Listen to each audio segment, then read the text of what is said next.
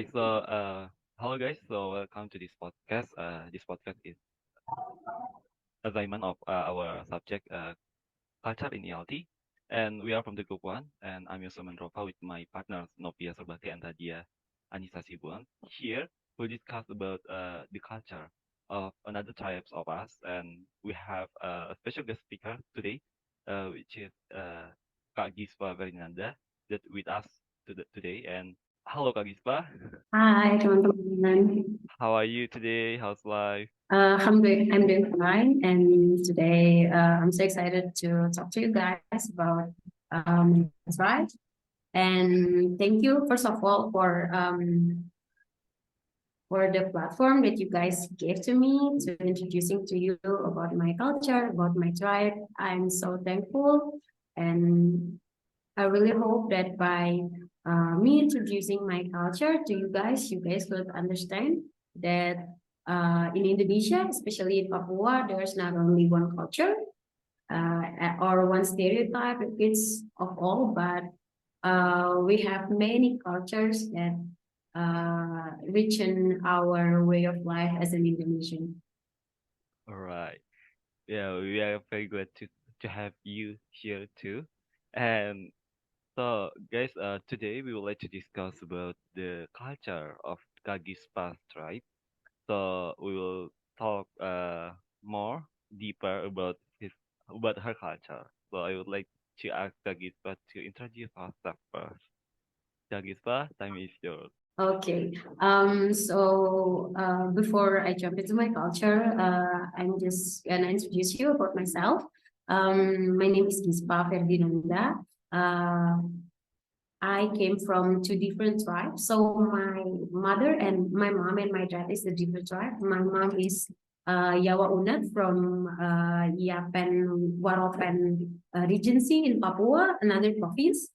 And my dad is from Mpur tribe in Tamil Regency.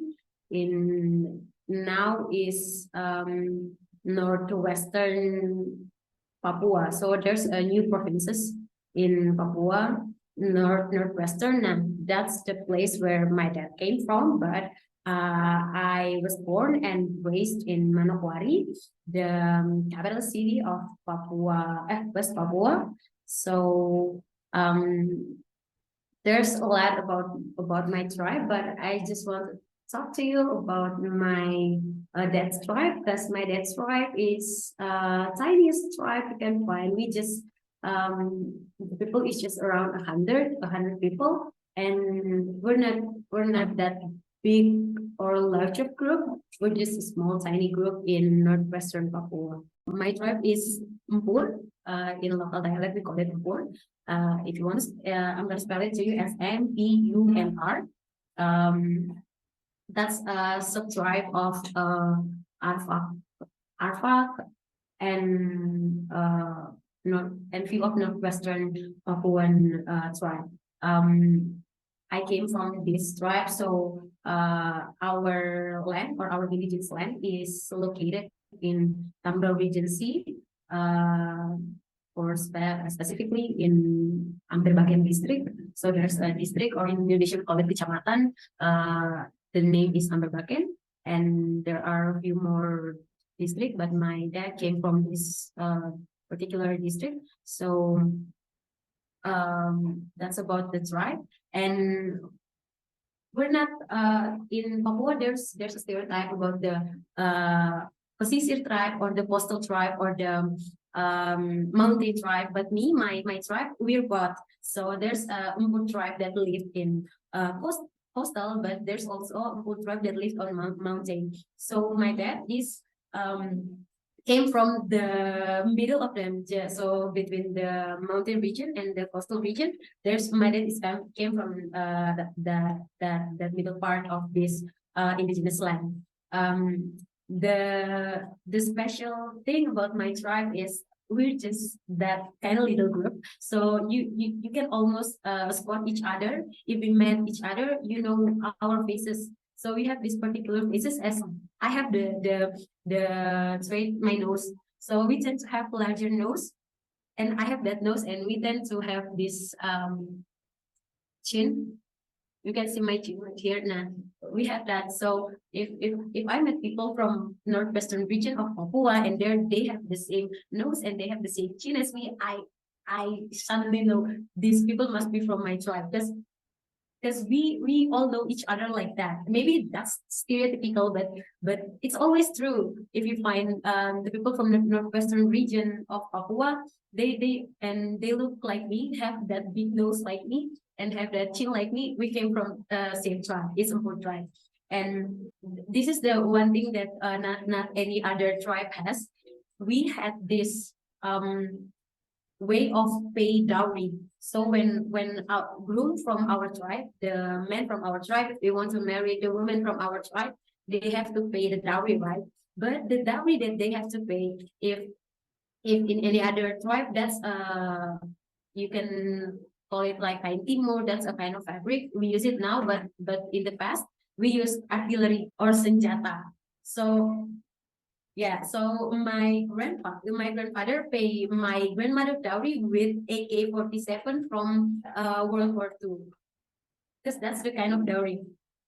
Nah, that's the kind of dowry that my tribe accepts. So in the past, before the colonizers came, the artillery that we use is arrow, or we call it pana-pana and tombak. I don't know how to say tombak in English. In English, like we call it tombak. That's how we pay the dowry. But when the merchant came from the Chinese merchant that came from the Nusa Tenggara Island. There's a changing or barter. We call it barter. I don't know how to say that in English, but barter between this Chinese merchant and my tribe. They barter kain timur. That's kind of that's a red vibrant fabric that they use to make clothes and etc. But in my tribe, that's used as pengganti for paying the dowry. We call it kain timur. I'm going to show you guys later about the kain timur.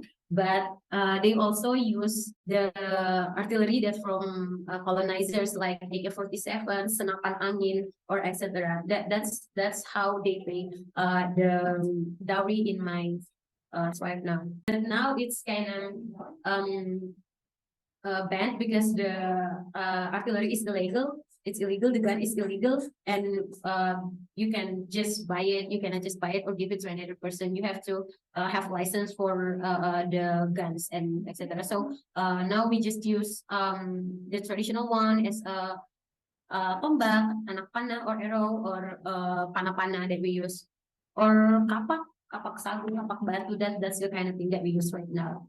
All right. How unique your tribe? It seems like it's very unique. Has a yes, the unique tradition. So I think I like to give the opportunity to my partners, Radia. Okay, thank you, Yosua. Hi, Karispa. So I want to ask about family culture. Um, in my culture, in my tribe, I mean, if you have same surname, like or we call it marga, if for example, if you meet someone who has same surname with you, and they call it your their siblings. So is it in Papua tribe too? And uh, because I'm Bataknese, if I meet a man or a guy who has same surname with my mom, um, I we call it he is my pariban. So is it exist in Papua tribe too? And is it have an effect to merit system in Papua tribe? Thank you. Okay, Radio, of course. So like I said before, that my tribe is this tiny little tribe in northeastern region of Papua. We're all brothers and sisters. That's one of the reasons that make us so strong as a tribe, and also make us acting, because we can marry our the one that have same surname like us. So in my tribe, if you married in inside your tribe or inside your surname, you have to see that there are maybe you one of you are not related, maybe 2 or even 4 generations behind you. So your grandfather or grandmother are grandfather or great grandfather not even related. That's how you can. That's one of the apa the prerequisite to if you want to marry inside your marga. But the thing is that's because my tribe is such a little tribe. So we're not allowed to marry inside our marga. We're not allowed to marry inside our marga. But it happens with my grandfather because there in my grandfather era, there are just they are just so there's not much people. There's not much people around, so, and they don't go out to any other kampung or any other tribe to marry. They're married inside their apa their tribe. So my grandfather married his second cousin. He married his second cousin, but now we're not allowed to do that anymore. We're not allowed to do that anymore because we just became so we're not that much people going around. So that's why from maybe early 80s my tribe is sinking the population is sinking. I don't know why, but maybe the reason I previously said about that. And I think the bond between one of the marga and another marga is very strong. So there's an I don't know maybe eight, but these eight marga have sub marga between inside them. So there's a lot. So we call it clan. Nah, this clan. Nah, this clan there's eldest clan is my marga Warijo, and you can spoil one of them is Wabia. So funny thing about my marga is my marga means water. My marga means water, and the other tribe that I say about one of the eldest marga it means arrow or anak panah. So that's the funny thing about the marga. But when you spot on this marga or my surname Warijo, you can always know that they are one of the biggest. Also, my surname is one of the biggest, but we're not that much. We're big, but we're not that much. Because we have a lot of women that married outside my tribe or married outside my surname, so we're not about that much. And the bond is very strong. It's really strong, but because people elect their our chief tribal chief is only you can only choose between these two surname. It's either Warijo or Wabia.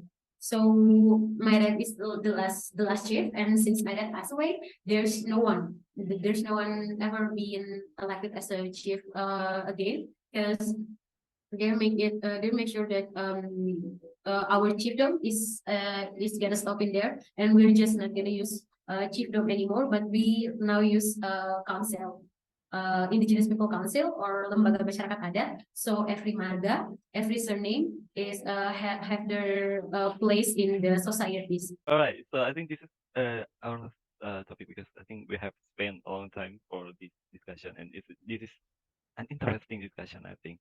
And uh, I give it the opportunity to the Novia. Okay, thank you, Swa. Hello, Kak Gispa. Okay, for this discussion related to the language of the Kakagispa tribe. So does the language of the Kakagispa tribe have similarities with the languages of other tribes in Papua? Thank you. Okay, so I really like this question a lot because many people tend to think that every Papuan language is like the same with other Papuan language or even in the same group, but no, it's not the case in here. So my language, my tribe language or the Mpur language is actually part of this Austronesian sub language. So there's this group of language that called Austronesian, and my tribe language is one of these language, but there's a smaller group that is northwestern Papua sub language. So my language is actually kind of similar between the language in the northwestern region of Papua, or you can call it Papua Barat Daya, because we just have these few similarities. There's these little few similarities, but many times that's a different kind of language. So there's this neighboring tribe alongside my tribe that named Karon tribe. Now this tribe we have totally different language, totally different accent, and that's the tricky part about that is we're not eligible to each other. We don't understand each other, and but we my tribe understand the language from across the mountains. So there's a similarities between my tribe language and the tribe across the mountains that we call this tribe as a Mia tribe. We have this slight similarities to this tribe language, but not that much because they have the thicker accent to their language, and they're just not. I don't even understand what they're saying. I don't know what they're saying, and many people in my tribe also would say the same about this language because I don't know. Papuan people have this very really close community, and they tend to not talk to each neighboring tribe because they see neighboring tribe as a threat.